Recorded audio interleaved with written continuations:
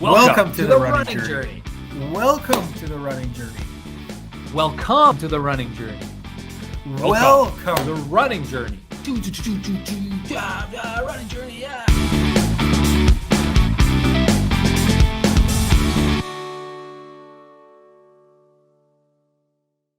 Welcome to The Running Journey, a transformative podcast telling the story of two brothers faced with a very tough time in their lives that decided to do something about it, get healthy, get fit, and start jogging. The Running Journey will take you through half marathons, Ironmans, ultra marathons, and their attempt at qualifying for the Boston Marathon. Don't forget 5Ks. Sorry. We're certainly not going to forget 5Ks, Charlie. This is The Running Journey. Listen to us while you run. That's a great idea. Okay, I think we have our intro. Welcome. Great to have you guys here. Running Journey. This is another episode. I'm Rob Tatros, my brother Charlie. Take a sec real quick. Like, subscribe. You've listened to this many episodes. That means you somewhat like us. You somewhat think we're probably not entertaining, but maybe you see a little bit of us in you. Maybe you also want to get started. Maybe you're having a ton of success. Maybe you're learning how, maybe you started jogging with your brother. Regardless, take a sec to like and subscribe. Today's episode, we're talking about the actual buildup and the Ironman itself. The Ironman I did back in June 2022. Charlie and I were just looking at the data now. Man, that takes me back. That was an unbelievable weekend for sure. Yeah. So at the time, I'm just gonna. This episode will all be about you. So I'm just gonna kind of give a bit of a background of what was happening with me at the time. And I remember the week before your Ironman, I went to Des Moines, which is where you had your Ironman, and That's I did right. a jog. I did a jog there, and then I saw the whole setup and everything because I did a jog around the lake where you do your swim, and it was kind of exciting. I was a little bit envious, but at the same time, I was really excited for you. That's when I started getting injured, but that's fine. But then on the Sunday, was it a Sunday or on the Saturday? I think you did it. I forget if Sunday, it was Sunday, June 12th. Yeah. So on the Sunday, I was back home and I was tracking with my dad. We were discussing the whole day. We just talked about your Ironman while we were tracking on the Ironman app. So how did the tracking work, Charlie? I don't even know this. How did the tracking work? Was it like every? I think there were checkpoints where it would actually update with real data, and then every once in a while. So like there was like 4 or 5 times during the bike where they'd add a new split, and then during the run there was tons of splits. The swimming, there was only one split, I think, at the end. But basically, yeah, it was me and my dad were just following the whole day talking about it. Actually, you know what? I pulled it up here. Actually, I know this. I just pulled it up today. So there was 1, 2, 3. There was 1, 2, 3, 4 splits on the swim. Looks like about 6 or 7 on the bike, but a bunch at the end and a couple at the beginning. So really only like 5 in the middle, and then a whack load of them on the run, because the run was loops, and I guess they probably had 4 set up. So yeah, you do the same spots all the time, and it does have my pace here, which is kind of neat. Yeah, so I guess it would put like a point on a map for you, or would it just kind of tell you? No, it would give me it would re-estimate your finishing time every time you passed, and then it would give me the pace on that last one. So even the swims, it would give me in meters, seconds per meter, or minutes per 100 meters, and then on the bike it would update with like a miles per hour for that last split, which it seemed to be very variable. So I'm thinking maybe it was either the hills or your checkpoint. Anyways, we're going to talk about it. And then the run was the same thing. It would give me your last pace. So I remember thinking, man, this must be hard for him because it was really hot out there. Check the forecast. And anyway, so we're gonna talk about it. So let's talk about maybe the travel there. Yeah, interesting things happen. Yeah, so I wanted to drive down there. Des Moines is I think it's a 9-hour drive, 9 maybe 10-hour drive, 10-hour drive, let's say, from Winnipeg. And I had a crew come with me, Labby, Diggs, and Sill. So 2 of the guys who work with me and one that used to work with me. and they wanted to come down and support. So I wanted support. So I was glad to have them come down, booked an Airbnb, and I did the timing. So the way it works for the Ironman, you have to register the Friday, 2 days before. You have to register before 5 p.m. And apparently they're strict on this and they care. And I was reading like, you will not be permitted to run if you don't. So I thought it was pretty strict. So we left at something like 2 a.m. or 1 a.m. or something on Friday morning to give me, so that we'd get there like at noon was kind of our plan. And then if we're there early, I thought, who knows, maybe we'll have time to check the bike in and then go maybe for a golf round or do something fun in Des Moines was my plan. That was our plan. But this was like a Thursday night, and that was golf league for those guys. So they kind of I picked them up like at the bar, basically. I picked them up at the golf course, and we just like, they were right where they wanted to be. And I was driving, and they kind of accompanied me, and we were playing music, and they were in a good mood. But what happened is I had never ridden like 130 on my car, and I got a flat just on the other side of the border, like just between Fargo, just on the way to Fargo, or just past Grand Forks or before Grand Forks. Anyways, the other side of the border. So I was like, great. Okay, no big deal. I'll just find a town. I'll find a way to get this tire changed. But there was no stores open. If I waited till 9 o'clock or 8 o'clock, where the stores would be open to get my tire repaired, they would take probably till noon. I would not make it to Des Moines in time to register for this race. I was panicking. I was freaking out. So I decided to put the donut on, like the spare tire, the tiny, tiny tire, on my Toyota Highlander, which is a big SUV. And I drove like extremely slow, 90K, which is what they told us to do. And it took us like 13 hours to get there.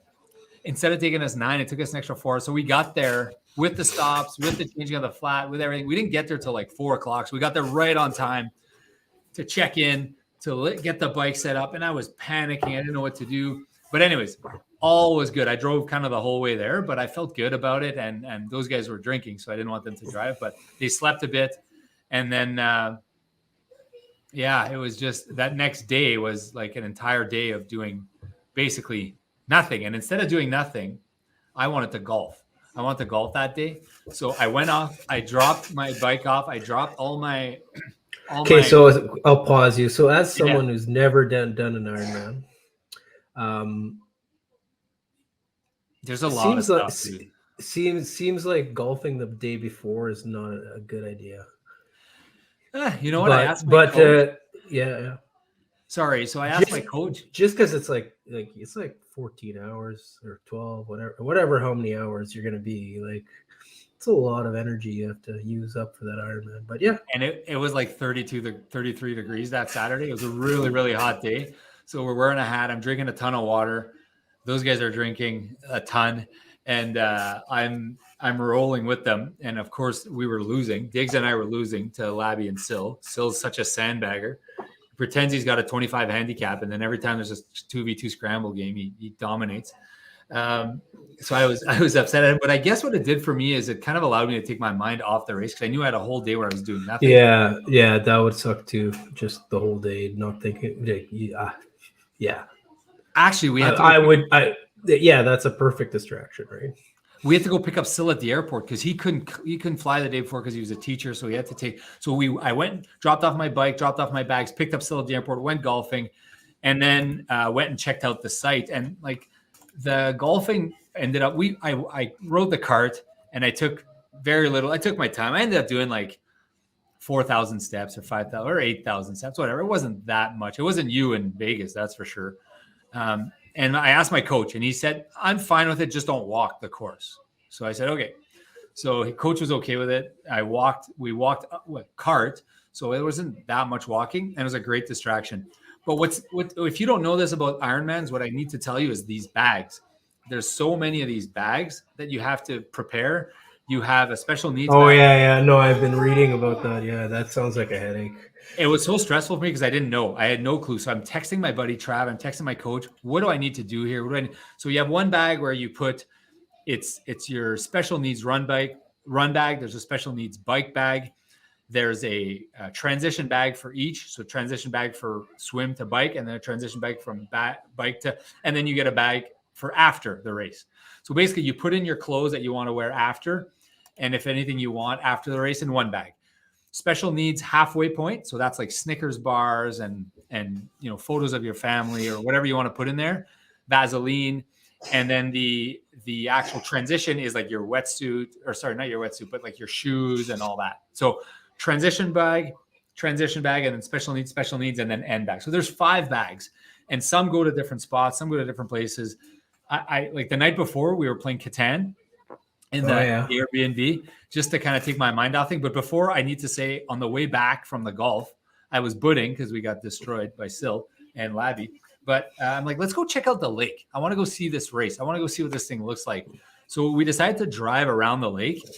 And I just kind of like, my heart fell in my stomach when I saw for the first time the size of this lake. And you saw it, right? On like you drove around it, I think, in Des Moines. And I guess it's not, I jogged around it a couple times. I'm losing you here. Yeah, it's got some really nice paths around. So it's like, I thought it was so much. It looked so big. And I was like, holy shit. That's a lot. So I went back to the room. We played Catan, prepared my bags, and I went to bed at like 8:30. I was in bed. 8:30 p.m. I was in bed, and I was just like, I'm just going to try to sleep. I actually fell asleep. You're not able to fall asleep, but I was able to fall asleep. I fell asleep, got up nice and early, 3:30 a.m., called an Uber, got my butt down to the shuttle where they bring you.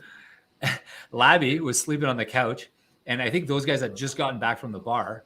And he looks up at me. He goes, I'll give you a ride. You need a ride? I can give you a ride. I can give you a ride. I was like, dude, just go to bed. Because like he was half out of it, but he was willing to give me a ride. Took the shuttle, and then I bumped into Trav, my buddy Trav, who happened to be running. I bumped into him, and he helped me once we got there because I was a little clueless. So put up the bike, set up everything. It was just a stressful morning because you're there so early, and you're just trying to figure like, what am I going to do? What do I do? How long do I wait? And there was this lineup of people waiting to swim. So it's a mass start, but because of COVID, they were doing a modified mass start. So they were doing, I think, 4 people every 5 seconds or something like that. So 4 people would go, 4 people would go, 4 people would go, maybe it was every 10 seconds. And it took me like, I want to say half an hour to get into the water. Like it took a long time for me to get into the water. So you're just waiting. Now the good news with that is that it's not like a mass start, like in Olympic where you see maybe a little less stressful to start. Way less stressful. But like I look at my heart rate for that day, and like I entered the water at 165. My heart rate was at 165 when I entered the water on the morning of the race. So yeah, clearly I was nervous. Those first 2 minutes, that's the first most scared I've ever been, because I thought, maybe this is how I go. Maybe this is how I die. Because I was like, there's people hitting me, and I was like panicking. The wetsuit was tight. It was the first time I was really wearing a wetsuit, and I just like, I don't know if I'm gonna make it. I kind of got over that, but man, that was not fun those first couple minutes. Yeah. So, okay. So then after a while, did it start getting better? Or? Yeah. So I had been training, and the weeks that the swims that I've been doing, I was doing laps, and I was doing 3.8 kilometers swimming in laps. And that was taking me an hour 20, an hour 25, an hour 30, whatever. I was cutting my time every time, like hour 40 the first time hour. And my time was getting better and better because, as you mentioned in one of our episodes, like swimming's hard. And like you swim and you think that you're going to just, every time I would do 1 lap, I would need a break. And then I would do 2 laps, I need a break. Anyways, towards the end, I was able to do pretty much the entire swim without taking a break. I mean, I touched the end, take 2 breaths, and then turn around and go back. But I could do the entire thing. I could do 3.8 kilometers. So I thought I'd be good at swimming, but it turns out I wasn't able to do the whole thing. So what I would do is I'd do like 10 strides, and then I'd be like out of breath, and I'd be panicky, and I would kind of look up, see where I was, do a couple like just kind of, what would this be called? Treading water. Breaststroke. Kind of just soft breaststrokes. And then do 10 of those strides, and then go again, 10 strides. And then I would pass people, and then I would slow down. People would pass me. I'd pass people. Sometimes I was in a good mood. I'd do like 20 strides, but I was constantly alternating between swimming, the freestyle, the front crawl, and doing breaststroke. And I did that the entire way, Charlie. So what happened is... that's what I did for the Olympic too. But. Because it's a way, like, I guess I'm a good enough swimmer that I can get by with this. My swim took me 1:21, and I look at my splits here, and these are not accurate because some of them say that it took me 18 minutes to do 200 meters. Like there's that doesn't make sense. Yeah. But it looks like I started off pretty fast, below 2 minutes per 100 meter, and then I ended up kind of finishing. It looks like I finished fast. So these splits are not accurate, I don't think. But that's just over 2 minutes per 100 meters, like 2:15 or something about there. Yeah, that was kind of my total split, was just over 80 minutes to do. Yeah, so to do 19, so just under, right? So we're under. I don't know. It's about 80 divided by 38. Yeah, so whatever. Yeah, so just basically about 2 minutes, but a little bit more than 2 minutes. Yeah. But it was like what I realized is about 500-600 meters in, I was like, you know what? I think I could just do this the whole way. Worst case, Rob, if you're not able to swim, you could do this the whole way. The problem is my watch. Had you done any open water at all before? No, zero. Oh, okay. So I did a bunch before my Olympics, so it made it a lot less stressful, I think. Well, plus I told you how hard it was. Yeah. Oh, yeah.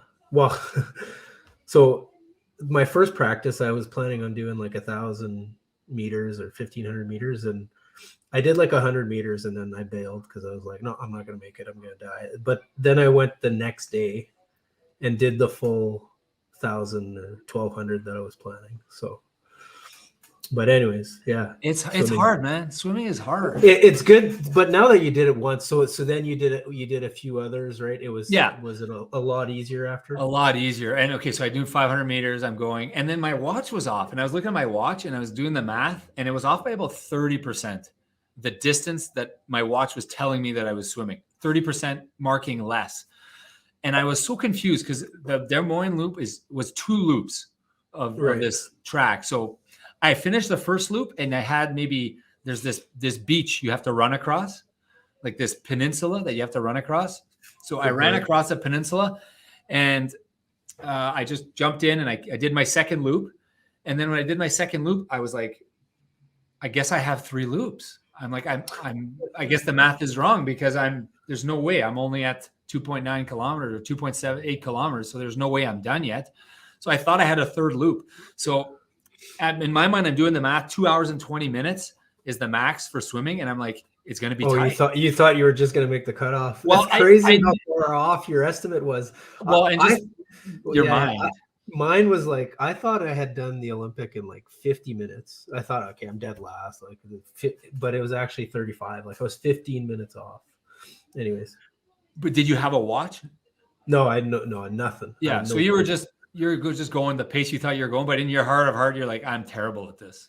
Yeah, no, I'm the worst swimmer to ever exist. Yeah, that's how I felt. I was like, I'm the worst swimmer ever. This isn't going well. It's going to be a disaster.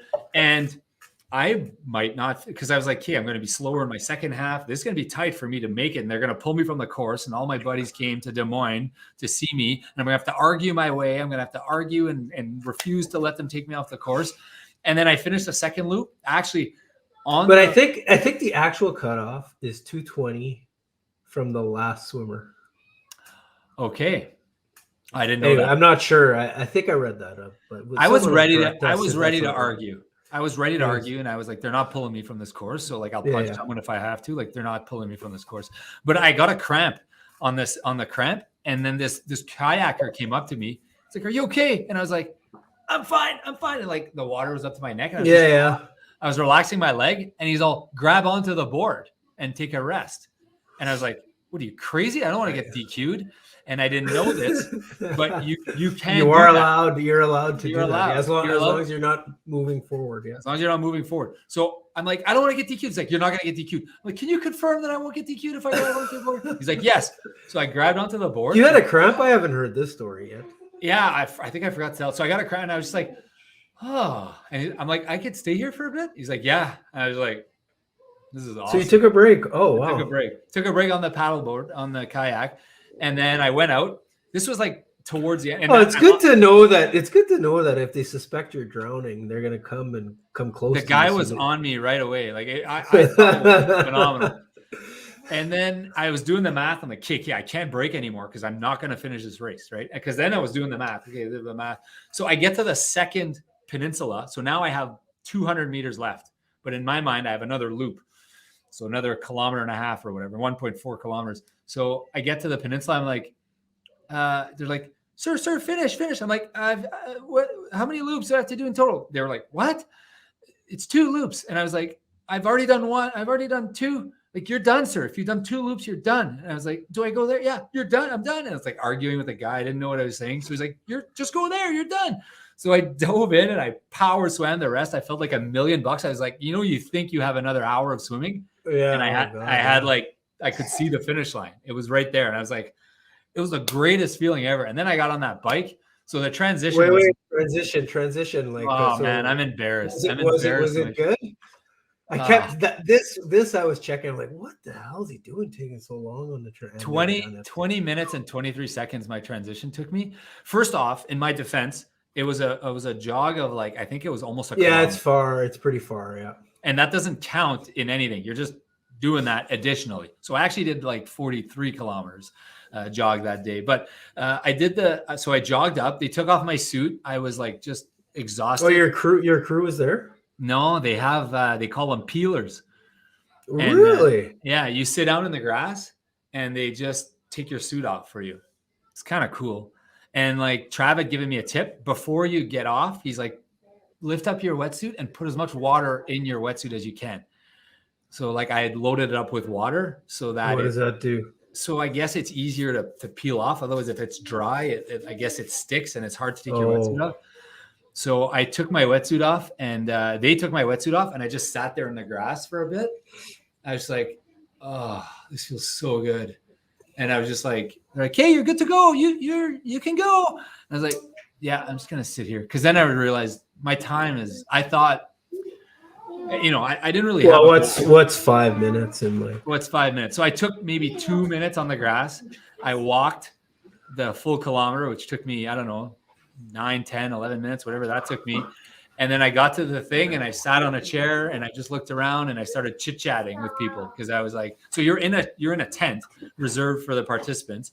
And I chit-chatted and I put some Vaseline and I put some stuff and the guys are hustling and everyone's like going 1,000,000 miles an hour. And I was like, how'd you find the swim? The guy's like, find the swim. Like, so I took my sweet time and I even paused and then I finally went out because I was cozy. It was pretty comfortable. And it was air conditioned and it was 1,000,000 degrees outside. So I wasn't 1,000,000 degrees yet. Sorry. That was for the bike. That was for the bike jog transition. But finally I went out 20 minutes. And if I were to do this again, and I am doing it again, like my transition will be like 9 minutes. It's not going to be 20 minutes, or maybe it'll be depending on how long the walk is. But like at the trial, it looks pretty long. I saw a video, yeah, for the Texas one. But regardless, it's not going to be 20 minutes for sure. Yeah. I took my time. I wanted to. I was just like, I needed it. I just needed it. But I got on that bike and I clipped my pedals in. I had my water and I had my plan in my head and I had my nutrition plan. I had all my Cliff Bars and I was just like, I had half my Cliff Bars because I had the other half in the bike transition bag. And I was like, I was just ready. And I knew I had done 5.5 hours, right, on the bike. I'd done 5.5 hours 3 weeks earlier. So not that your longest bike ride? As my longest bike ride, 5:27. At Birds Hill Park or on the train? Birds Hill Park. Okay. So I knew that I knew what a 5.5 hour bike ride is. And in my mind, I was going to do 6 or 6.5, right? Because to do the math, you're doing 180 kilometers.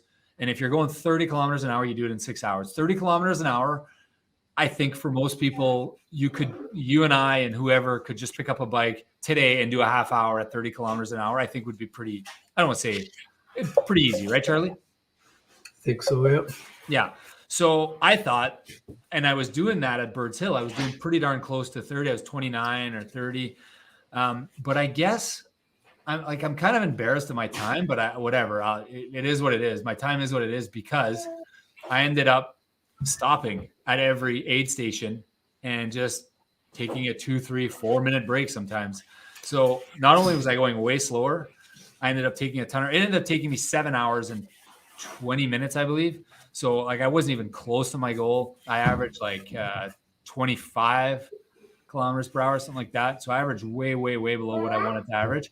But again, I finished it and I wanted to do 30 kilometers an hour in my head. But as I saw everyone, and I realized I'm not going to be able to do 30 just because of how hot it was. It was so hot. Yeah, that's the thing, the heat, eh?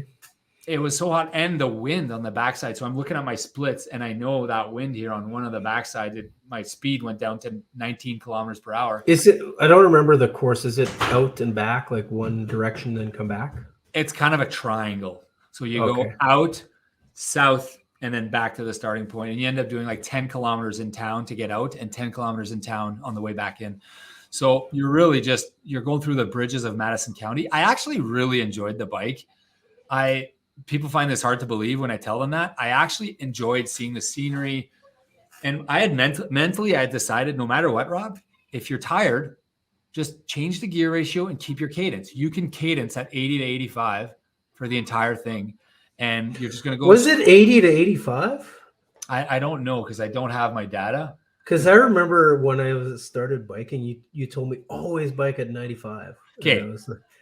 But is that for a shorter distance or like when I was doing my 1 hour, this was probably early when I started, I was aiming for 90, but as you get tired, I probably told you 85 to 90. It's probably, I feel like that's what I said. No, you told me 95 to 97. Okay, anyways, well, that was for the Olympic. That's for the Olympic. Yeah, I think you want to go harder for sure. And you're just transitioning the burden from your legs to your heart. Right? Yeah. Faster. So it depends. I guess every person's not the same because it depends on your aerobic fitness versus your leg endurance, right? Yeah, I would imagine.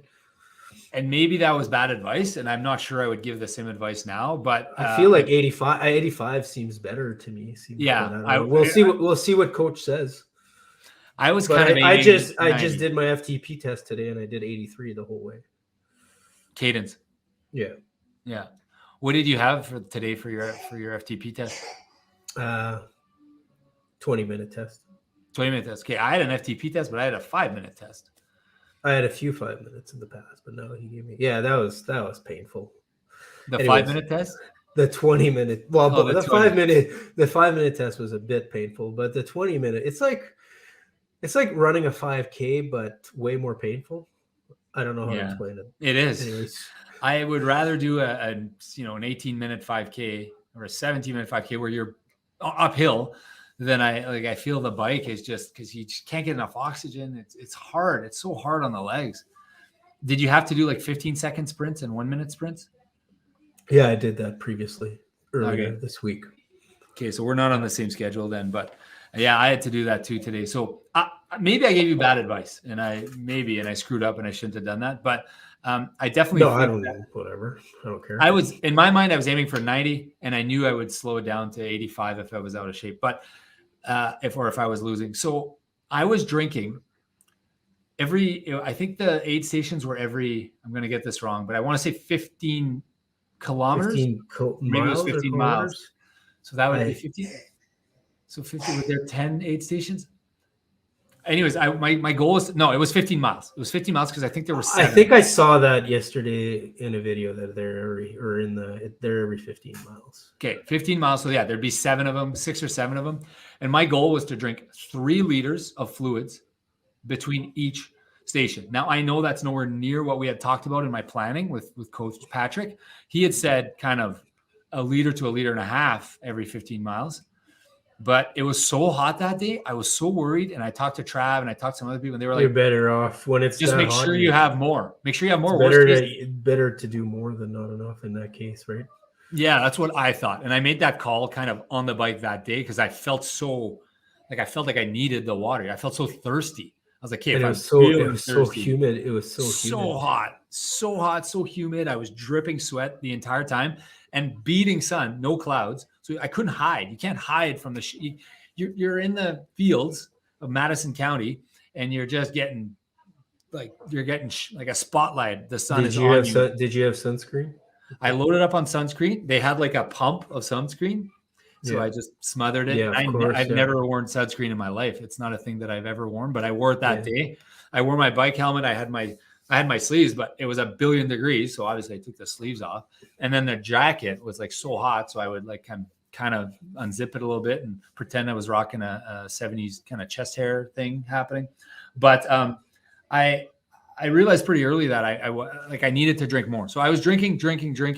And then what I realized is, okay, you have to be peeing. If you're not peeing, that means you're not drinking enough, right? Because your body, so my first pee, I was like, what do I do? And, people had told me, you just figure it out on the bike, right? You're not going to stop and pee every time you have to pee, right? So you're driving down the highway on your bike, and it was just going. So my socks were like, at the end, I believe I probably peed 25 to 30 times on the bike, just small pees, right? Because I ended up drinking 20 some liters on the bike, because I would force myself to drink 3 liters every stop. A couple of the stops I didn't make it. I didn't quite get to 3 liters. So I would stop at the stop. I talked to the volunteer. It was a little bit of mental health thing for me, have a conversation with someone, and I would look forward to that conversation. I'd tell the guy or gal, load up my thing with ice. So they would start, they'd put ice as much as they could in my little container, and then I'd undo my bottle, put as much as you can. So I had 2 liters in here, and I had 1 liter in here, or 1.5 liters and 1.5 liters, whatever it was, as much ice as possible. And then I'd do water in one and Gatorade in the other. And that's what I did every single stop. And it would stay cold for a bit, right? At least the water was cold, but it was so hot that the ice would melt, and then you're drinking piss warm Gatorade, and it wasn't pleasant, right? So you're drinking warm and you're peeing. But were you drinking Gatorade as half? Half, okay. Yeah, so half Gatorade, half. I do 2-1, 2-1 every alternate. So the Gatorades were 750 mils, the water was 700 mils, and I do plus the ice, so it'd be about 2.5 to 1. So is there the option to get like new bottles and just switch them out, or you have to refill them? No, that's what most people were doing. Most people you just switch them. No, you just grab a bottle, and you toss it when you're done. Yeah, so they have fresh bottles there that you can just pick up. Oh, yeah. I was taking them, unscrewing them, and putting them in my thing. That's all they have. That's all they have is fresh bottles. Oh, that's great. So then if I have got like 3 bottles on my bike set up, yeah, then I would just switch them out every time. You throw them out, grab 3, switch them out. Yeah, like when you're done one, if you want it, yeah. Yeah, when you're done one, you toss it and you grab the one, and whenever you see the next water. Right. Okay. But you were putting ice because it was hot. I wanted ice, and I only had 2. You plus have that. You had that big receptacle. 2 liter, 2 liter thing on the between my aero bars. I had 2 liters, so yeah. I wanted to put the water in there because it was I wasn't a good drinker. Like, I'm not good at drinking. I was a good drinker, booze, but I wasn't a good drinker on the bike. I couldn't figure it out. So I had this straw thing. It was so convenient for me. I was always worried about drinking from my thing. So what I would basically do, I'd drink from this, and then when this was empty, I'd take my water bottle and I'd pour it down there, or I would just drink the water bottle. But either way, they have full bottles of Gatorade you can have too on the fly. Full bottles of Gatorade, yeah, as many as you want. Oh, wow, okay. So I'm doing that. I'm drinking, I'm peeing. I remember one of the first times I peed, I was like, here goes. I guess I'm just peeing. And you kind of want to I don't know how I could do it. I don't think I could. You have to stop pedaling. And then basically the only time you're stopping to pedal, this was a very hilly course in Des Moines. I would always pee on the downhills, right? So I'd bike hard up the uphills, and then my reward for getting at the top of the hill would be I could pee on the way down. And sometimes I'd have, because I guess I'm a bigger guy, so I guess I have more momentum or whatever. And a lot of times I was drafting other people. So like legally drafting them from a distance. And then I would 12 meters. Yeah, whatever the rules are. And I would slingshot around them oftentimes, right? Because without pedaling, you'd slingshot around them. And then I'm peeing. So one time I vividly recall a guy going, that's gross, because you could see the pee just dripping from my shorts, right? Like the guy saw me pee as I was passing him, and he's like, that's gross. That's gross, is what he said. I was like, sorry, whatever, I'm biking, because he saw me pee. But anyways, so you do the thing, and I had not put a pair of socks in my bag. In hindsight, I should have, because my socks were soaked with urine. You know what? They could have been just sweat too, because my socks were soaked just doing the Olympic from sweat. Yeah, but different people sweat different amounts, I guess. But. No, like it was sweat and urine and whatever. Oh, Gatorade and water. So you need fresh socks when you start your run. Obviously, I don't know what I was thinking. I had socks for the run. I definitely had socks for the run, but I get to the halfway point, and there's this bag, right? The special needs bag, they call it. And I was like, I had a Snicker. I think I had 2 Snickers in there. Oh yeah. And I had Vaseline and I had whatever else. And I kind of stopped, and I just thought, I can't do this because my nutrition plan. I had a nutrition plan. I was so focused on my nutrition plan, I didn't eat the Snickers. I don't know what the heck is wrong with me. I left them in the bag and I jumped on and I just kept going. And I thought, you know what?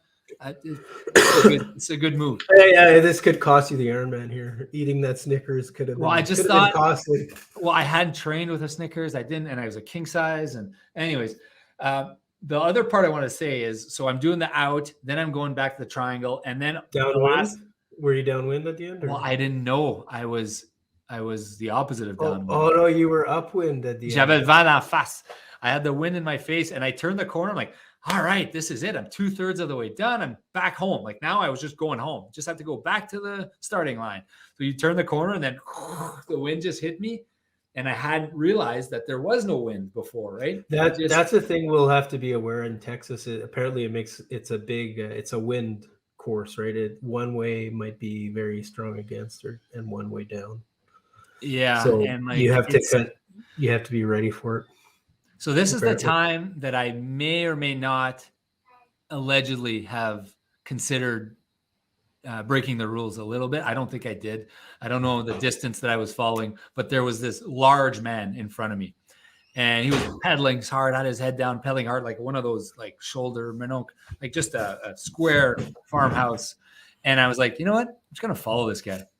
So I was just kind of behind him, and he was cutting all the wind, and I was far enough that I thought I was within the rules, but he just dramatically cut my wind, and it was very, very good. And I would always pass him on the downhills every time. And then he would sometimes like look at me like, your turn. Like, you go ahead and pedal. But I was a little too fast for him. So I think he was drained. So eventually I just kind of left him.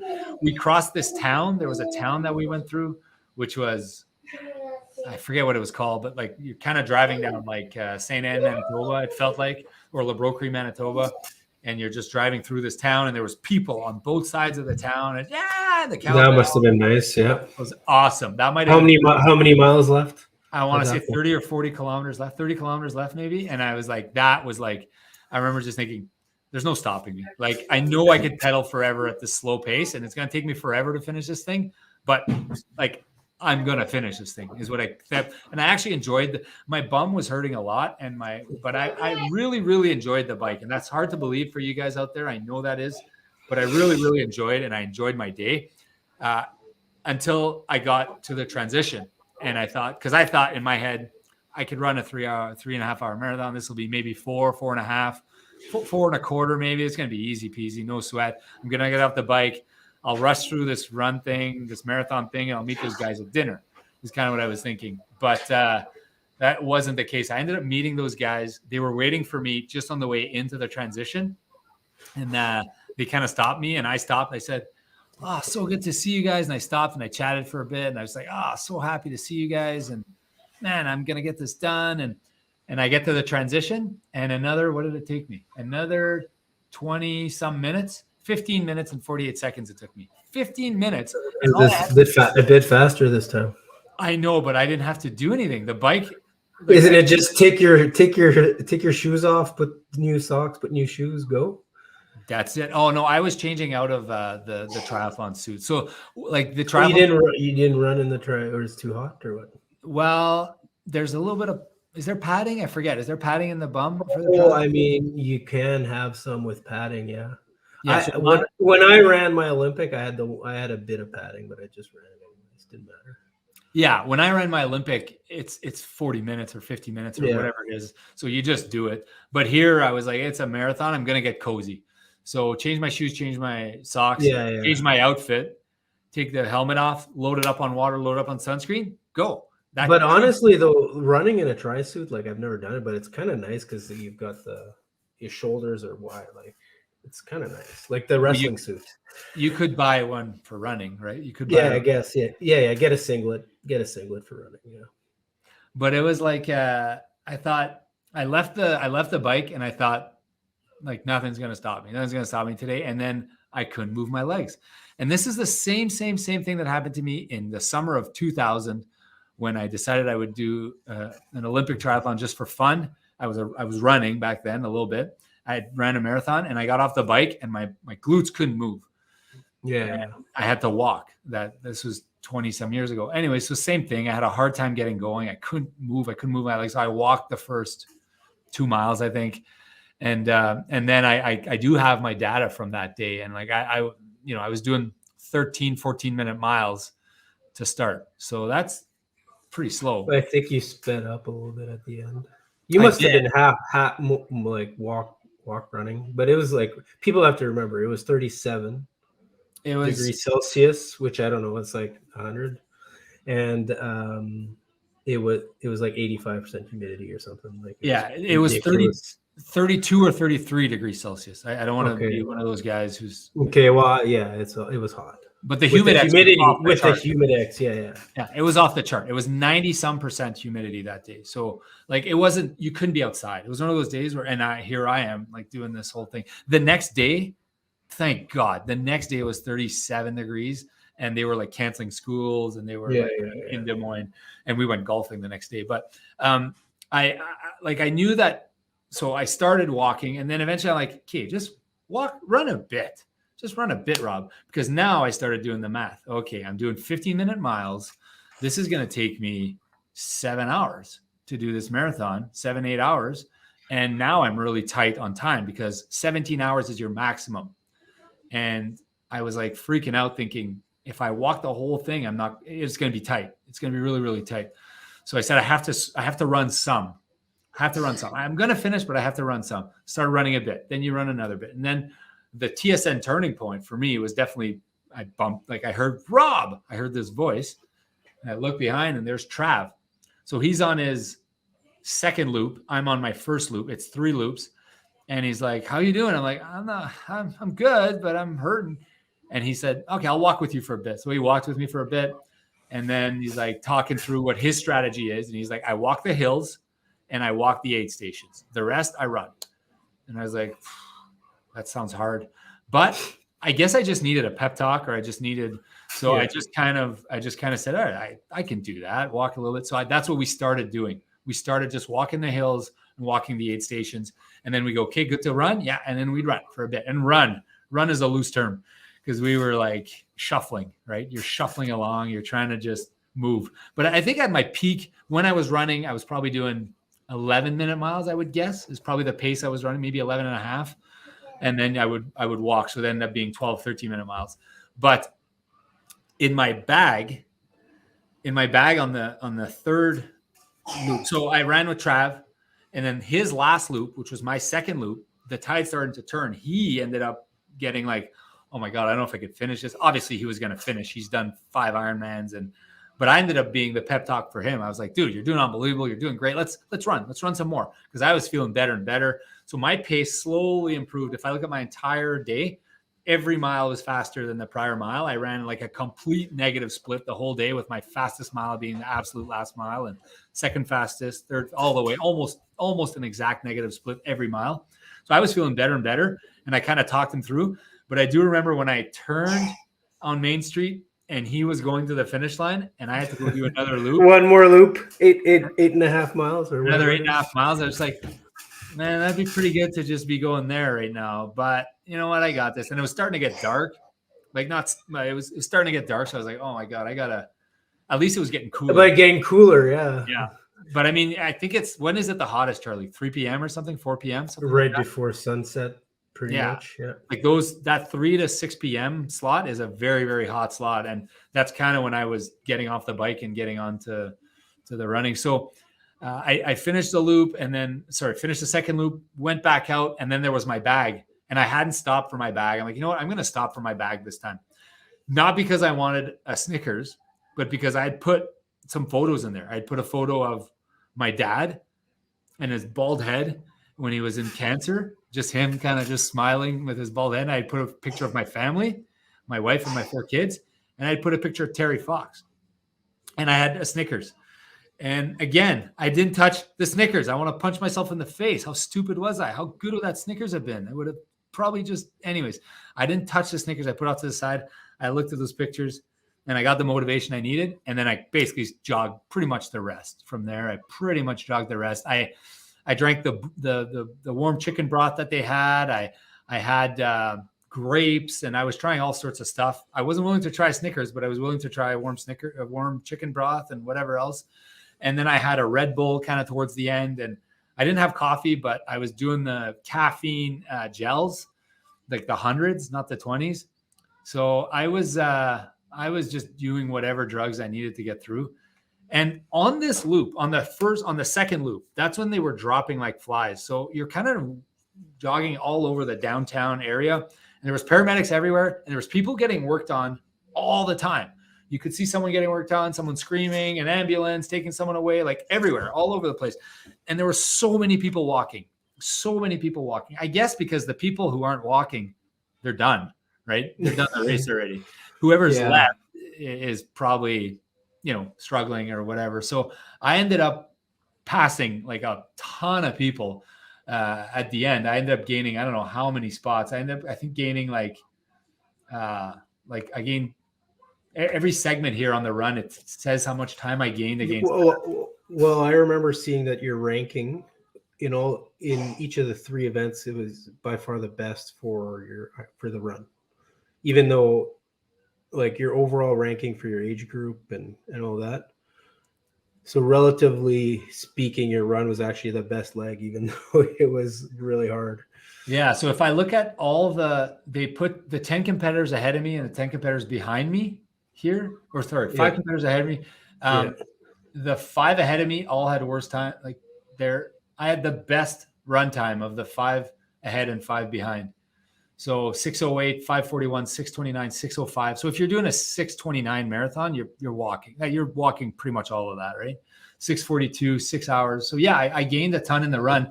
And in hindsight, I probably left too much out there, right? I probably could have gone faster. First time, yeah. But it's like any race, though, I would imagine, except this one even like a million times more is like, I feel like you don't know how to run a marathon until you've run like 5. And then you don't know how to run a half until you've run like 10. And 10Ks, I still don't know how to run 10Ks because I've only run like maybe 5 or 6, So an Ironman would be the same thing, I would imagine, except it probably actually takes way more, like 10, 20 times, but no one's ever going to do. No, some people might, but I mean, it'll take a while before you actually know how to do it. Yeah, I do feel like hopefully just the lessons learned from just doing one. I think very valuable. It's like 80%. You'll learn 80% of what you need to know. It's like that diminishing returns, right? But, yeah, I feel like I learned a ton, and like that feeling when you're, the last, I've got shivers, like just thinking about it. Like when I could hear the downtown, I turned the last loop, mile 22, 23. I'm going towards downtown, and I'm over the bridge, the last hill, and I just like, oh boy, like this, I could hear the big drum beating in the crowd, and it's like a ton of people there, and I could hear the announcing, "You are an Ironman." I could hear that like from a distance, Jim Thompson from Minnesota, and I was just like, oh, that's gonna be me. And just like that feeling, the last, like I really did you do a sprint finish? Did you like? I did what I could. I mean, I don't remember, honestly. It's hazy because of how emotional I was and how like I don't really remember the last mile. Like I remember some parts, but I remember after, when I saw the boys and when I saw Trav and when I broke down, and like I remember that, like I remember feeling and thinking like, you did this, Rob. Like I remember just like must be an amazing feeling. I remember people asking me like, do you think Rob will do it? Do you think he'll finish it? And most people are like not sure, and I was telling 99%, unless he like breaks a leg or something, like he's gonna do it, or things can go wrong. But I said I am. Whenever anyone asked me, I was like, yeah, he's gonna do it. But so yeah, it was congratulations. Like, yeah, thank you. And it was kind of like all the work, right? Like I had put in, and I know some people have put in way more time and years into doing an Ironman than I had, but I put in an obscene amount of work in a fairly short time. I basically did 4 months of training, and I didn't miss a run. I didn't miss a bike. I didn't miss a swim. I did every single thing I was supposed to. I hired a nutritionist. I hired a strength coach. I did everything I possibly could to put myself in a position to succeed. And once I had done all that was left was to actually do the race. And I remember thinking about how proud I was of myself, that how disciplined I was, and how like I will always have this, and I have it because I chose to be disciplined, because I chose to do this. And I know it's not for everyone, but I mean, if you've ever run long distances and you just want to get something really, really, really special out of a longer and more determined effort, I'd strongly encourage you to try an Ironman. It's like, I know we qualified for Boston, and that was tremendously rewarding because we had to do the same thing. We had to train an obscene amount, and we had to do more than just training, and we had to deliver on that day. But this for me was like, they call it the arrival fallacy, where all the time where I built up to training and I was like collecting points. And then when I finish a race, I just got to like cash them in and be like, I did it. And nobody could ever the haze in the barn. That's what they say. Is that what it is? I don't know. Once you've done all the work, the haze in the barn. The haze in the barn. I don't know. Anyways. Man, I think I'll play for you guys in this interview the recording I did before the race that morning, where I'm talking about the hay in the barn, and I'm talking about why I'm doing what I'm doing, and why we decided to be there that day. But just for me, it brought me a ton of joy, and Charlie's sick and tired of hearing me cry when I tell this story, but it's so emotional for me, and I'm so thankful that I did it. And for me, I know I say, I wasn't going to do it that day. I was always going to finish that race. In my mind, I was always going to finish that race, and that was my only goal. And one of the reasons I'm so glad that I chose the goal, I respected the race, and I chose a goal of 17 hours, and I had a stretch goal of kind of 13 hours. Well, I didn't reach that stretch goal. I wasn't even close, right? I finished 14 hours and 20 something, or 14 hours and 48 minutes. Wasn't even close to my stretch goal, but I'm pleased with how it went, and I anticipate my next one will be below 13 hours. I hope. I'm looking forward to you, Charlie, doing it. And I mean, I don't know if you're going to have the same high that I had. It's the greatest high you could get. It's just so special. Such a special day. Such a special day. I mean, it sounds like it's very special. Some days I just like, it seems to think about biking for that long and then running a marathon, like, and that's after you swam like for an hour. Like, it just seems a little bit like you doubt yourself. Can you do it? Or, every once in a while, but then I just go and I work out. I feel good, and then I don't think about it. But yeah, I'm looking forward to it, and we should show that video now and wrap it up, I think. Yeah, we should. Yeah. And do you doubt yourself that you'll be able to do it? Oh, you got some family joining you? Yeah, it was my son. I do doubt myself sometimes, because it's like thinking about how difficult a marathon is already after doing all that. And it's just when you think about it too much, you almost have to not think about it, right? Yeah. You almost have to just compartmentalize, and okay, I got to do a swim. Okay, I got to do a bike. Okay, I got to do a marathon. Yeah, one thing at a time, Yeah. Put the hay in the barn, and then just go out and enjoy the day, and actually enjoy the day. Enjoy the day. I'm definitely going to enjoy our day in Houston. I look forward to that. Yeah, same. Okay, so we're running out of time here for this episode. Bit of a long one. We will play that interview for you, and take a sec, like, subscribe, follow, Give us your comments. Smash the bell. Make sure that you get notified when we put out content. And don't forget to check out Run with Rob as well, running across Manitoba. We'd love to have you participate in that. Really exciting to chat about this Ironman, Charlie. This was very, very fun for me. Thank you for taking me through it. Today was all about me. Sorry for it being all about me. But in our next episodes, we'll talk about some of the stuff we did in the summer leading up to our qualifying for Boston Marathon. Big suspense. Did we qualify? Did we not? I don't know. We did qualify. There's some suspense broken for you. But we'll talk up the lead up to the race. So anything else you want to add, Charlie? No.